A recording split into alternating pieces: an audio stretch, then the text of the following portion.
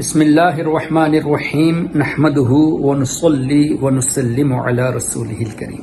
معزز سامعین، الحمدللہ ہم اہل سنت و جماعت کا عقیدہ صحابہ کرام، تابعین، تبع تابعین، بزرگان دین کے عقائد کے مطابق ہے، اور انشاءاللہ ہم اس کو قرآن اور احادیث کی روشنی میں آپ کے سامنے پیش کریں گے، اور بڑے بڑے مفسرون کا قول اس پر انشاءاللہ ہم آپ کے سامنے پیش کریں گے۔ آج میں کتاب میں پڑھ رہا تھا کہ اگر آپ مثلا قربانی کر رہے ہیں عید کی، اور اس میں آپ نے اس آدمی کا حصہ رکھا ہے جو حضور کو نور سمجھتا ہے، حاضر ناظر سمجھتا ہے، عالم الغیب سمجھتا ہے، قبر پہ سجدہ کرتا ہے، کسی کی بھی قربانی نہیں ہوتی، کہ آپ نے مشرک کو شریک کر دیا۔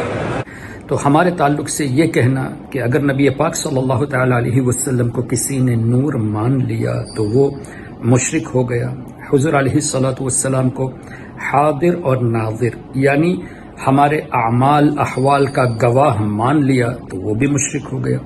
اسی طرح نبی پاک صلی اللہ علیہ وسلم کو عالم غیب، اسی طرح مزار پہ سجدہ کرنے والا، دراصل چومنا اور ہے، سجدہ کرنا اور ہے۔ اگر کسی کو چومنا یہ سجدہ نظر آتا ہے تو یہ ان کا پرابلم ہے، اس میں تو کئی معاملات ایسے بھی ہوں گے، اس لیے کہ وہ بھی کئی لوگوں کو چومتے ہیں تو اس کے لیے جھکنا پڑتا ہے، تو وہ ان کو بھی سجدہ کرتے ہیں، یہ معنی ان کے حساب سے ہوگا۔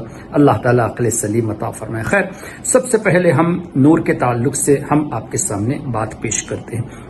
اللہ کے رسول صلی اللہ تعالی علیہ وسلم کے تعلق سے قرآن کریم میں جو آیا ہے قد جاءکم من اللہ نور وکتاب مبین، آپ امام طبری کی تفسیر الطبری اٹھا لیجئے، امام قرطبی کی تفسیر القرطبی اٹھا لیجئے، اسی طرح امام بغوی کی تفسیر بغوی اٹھا لیجئے، اسی طرح آپ بیضاوی شریف دیکھ لیجئے، جلالین شریف جو تمام مدارس میں پڑھائی جاتی ہے اس کو دیکھ لیجئے، تفسیر النصفی دیکھ لیجئے، اور تفسیر ابن جوزی دیکھ لیجئے۔ ان تمام جگہوں پر یہ کہا گیا ہے کہ قد جاءکم من اللہ نور سے مراد نبی پاک صلی اللہ علیہ وسلم ہے، یعنی حضور علیہ السلام کو مراد لیا گیا ہے۔ اچھا، پھر حاضر و ناظر کے تعلق سے دیکھیے قرآن کریم سورہ احزاب آیت نمبر 145، انا ارسلناک شاہدا، آپ تفسیر کبیر امام فخر الدین رازی رحمۃ اللہ علیہ کی اٹھا لیجئے۔ اس آیت کریمہ کی تفسیر میں فرماتے ہیں انہ شاہد فی الدنیا باحوال الآخرہ من الجنہ والنار والمیزان والصراط وشاہد فی الآخرۃ باحوال الدنیا بالطاعۃ والمعصیۃ۔ اس طرح جو تفسیر لکھی ہے، یعنی نبی پاک صلی اللہ علیہ وسلم دنیا میں احوال آخرت کے، جنت کے، نار کے، میزان کے، صراط کے شاہد ہے، گواہ ہے، اور آخرت میں وشاہد فی الآخرۃ باحوال الدنیا، دنیا کے احوال کے گواہ ہیں، یہاں تک کہ لوگ اللہ کی اطاعت کرتے ہیں اس کے بھی گواہ ہے، معصیت میں ہیں ان کے بھی نبی پاک صلی اللہ علیہ وسلم گواہ ہیں۔ میں نہیں کہتا، امام فخر الدین رازی رحمۃ اللہ علیہ نے تفسیر کبیر میں فرمایا۔ اسی طرح تفسیر القرطبی آپ دیکھ لیجئے، نبی پاک صلی اللہ علیہ وسلم کے بارے میں شاہدن یعنی جن کی طرف تبلیغ کے لیے نبی پاک صلی اللہ علیہ وسلم بھیجے گئے ان سب کے لیے شاہد ہے، گواہ ہے، اور گواہ ہونے کے لیے حاضر و ناظر ہونا پڑتا ہے، یعنی معاملات کو دیکھنا بھی پڑتا ہے اور ان کے سامنے یہ معاملہ ہونا پڑتا ہے، تو یہ بہت کلیئر ہے۔ پھر تفسیر ابن کثیر میں حافظ ابن کثیر نے لکھا، جو کہ ابن تیمیہ کا شاگرد ہے، وَعَلَى النَّاسِ بِأَعْمَالِهِمْ يَوْمَ الْقِيَامَةِ، لوگوں کے اعمال کے شاہد ہے نبی پاک صلی اللہ علیہ وسلم روز قیامت۔ اور حافظ ابن کثیر نے ایک اور آیت کریمہ سے استدلال بھی کیا، وَجِئْنَا بِكَ عَلَى هَؤُلَاءِ شَهِيدًا۔ پھر تفسیر بیضاوی میں دیکھے کہ نبی پاک صلی اللہ علیہ وسلم جن کی طرف بھیجے گئے، اب ظاہر ہے سرکار علیہ السلام پوری کائنات کے رسول ہیں، تو پوری کائنات کے رسول ہیں، سب کی طرف بھیجے گئے، تو سب کی تصدیق میں بھی نبی پاک صلی اللہ علیہ وسلم گواہ ہے، تکذیب میں بھی گواہ ہے، یعنی حضور کے ماننے پر اللہ کے ماننے والوں کے لیے بھی گواہ ہے، تکذیب کرنے والوں کے لیے بھی گواہ ہے، لوگوں کی نجات کے تعلق سے بھی گواہ ہے، لوگوں کی گمراہی کے تعلق سے بھی گواہ ہے۔ یہ امام بیضاوی نے تفسیر بیضاوی میں لکھا۔ اسی طرح تفسیر جلالین میں جن جن کی طرف نبی پاک صلی اللہ علیہ وسلم بھیجے گئے ان کے لیے گواہ ہے. اب کتنے بڑے بڑے مفسر نے یہ فرمایا. اچھا تفسیر الماوردی میں کیا لکھا ہے؟ حضرت ابن عباس رضی اللہ عنہما صحابی رسول کا قول پیش کیا ہے. شاہدن علی امتک، حضور علیہ الصلوۃ والسلام اپنی امت کے لیے یعنی آپ اپنی امت کے لیے شاہد ہیں. یہ قرآن کریم کی روشنی میں حضرت عبداللہ ابن عباس رضی اللہ عنہما نے فرمایا. اسی طرح تفسیر نصفی میں امام نصفی نے بھی یہی فرمایا کہ جن کی طرف رسول بنا کر بھیجے گئے ان کی تصدیق میں، ان کی تکذیب میں نبی پاک صلی اللہ تعالی علیہ وسلم شاہد ہیں. اور اسی طرح تفسیر خازن میں شاہدن علی الخلق کلہم یوم القیامہ، نبی پاک صلی اللہ علیہ وسلم تمام مخلوق علی الخلق کلہم، تمام مخلوق کے لیے روز قیامت شاہد. اسی طرح تفسیر بحر المحیط میں بھی، غرائب القرآن میں بھی امام نیشاپوری کی اور بھی دیگر تفاسیر میں آپ کو یہ مفہوم مل جائیں گے.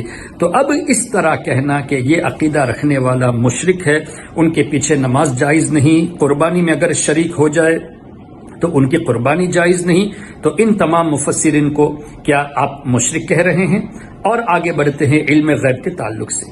علم غیب کے تعلق سے آیت کریمہ وَعَلَّمَكَ مَا لَمْ تَكُنْ تَعْلَمْ اور بھی دیگر آیات ہے جس کی تفاسیر موجود ہے، ریفرنس میں ہے، لیکن وقت کی قلت کو مد نظر رکھتے ہوئے ایک آیت کریمہ کی تفسیر یہاں پیش کرتا ہوں. سورہ نساء آیت نمبر 113 وَعَلَّمَكَ مَا لَمْ تَكُنْ تَعْلَمْ کے تحت امام طبری نے فرمایا کہ نبی پاک صلی اللہ علیہ وسلم کو اللہ تعالیٰ نے اولین کی خبر دے دی، آخرین کی خبر دے دی. وما کان وما هو کائن، جو کچھ ہو چکا اور جو کچھ ہونے والا ہے ان سب کی خبر نبی پاک صلی اللہ علیہ وسلم کو اللہ تعالیٰ نے عطا فرما دی. اور یہ اللہ تعالیٰ کا فضل ہے نبی پاک صلی اللہ علیہ وسلم پر. یہی مفہوم مسلم شریف کی حدیث میں بھی ہے کہ صحابہ کرام نے فرمایا کہ حضور علیہ الصلوۃ والسلام نے ہمیں جو کچھ ہو چکا تھا وہ بھی بتا دیا، جو ہونے والا ہے وہ بھی بتا دیا. تو ما کان وما هو کائن، یہ عقیدہ ہمیں قرآن کی تفسیر اور احادیث کی روشنی میں ملا. تفسیر کبیر میں امام فخر الدین رازی رحمۃ اللہ علیہ نے فرمایا کہ نبی پاک صلی اللہ علیہ وسلم کو اللہ تعالی نے اولین کی خبر بھی دے دی، اور منافقین کے جو قید ہے، منافقین کے جو دلوں میں چھپے ہوئے راز ہے، ان سب کی خبر اللہ تبارک و تعالی نے نبی پاک صلی اللہ علیہ وسلم کو عطا فرما دی. اور تفسیر بیضاوی میں من خفیات الامور، چھپے ہوئے امور کے تعلق سے بھی اللہ تبارک و تعالی نے نبی پاک صلی اللہ علیہ وسلم کو بتا دیا. امام ابن جوزی جو ہجری 597 میں وفات پائے، انہوں نے بھی تفسیر زاد المسیر میں یہ فرمایا کہ نبی پاک صلی اللہ علیہ وسلم کو اولین اور آخرین کی خبر دی گئی. تفسیر مدارک میں امام نصفی فرماتے ہیں کہ نبی پاک صلی اللہ علیہ وسلم کو من خفیات الامور و ضمائر القلوب، خفیہ امور کی بھی اللہ تعالیٰ نے خبر دے دی اور دلوں کے راز بھی اللہ تعالیٰ نے نبی پاک صلی اللہ علیہ وسلم کو بتا دیے.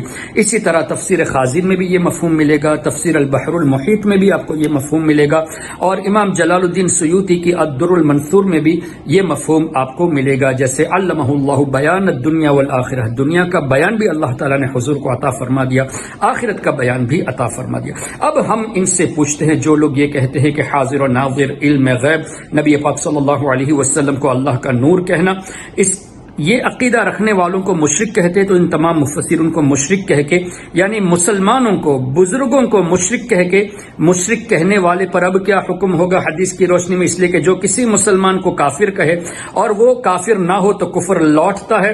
تو اب کہنے والے خود اپنے اوپر فیصلہ سنا دے کہ کیا آپ کے پیچھے نماز ہو سکتی ہے؟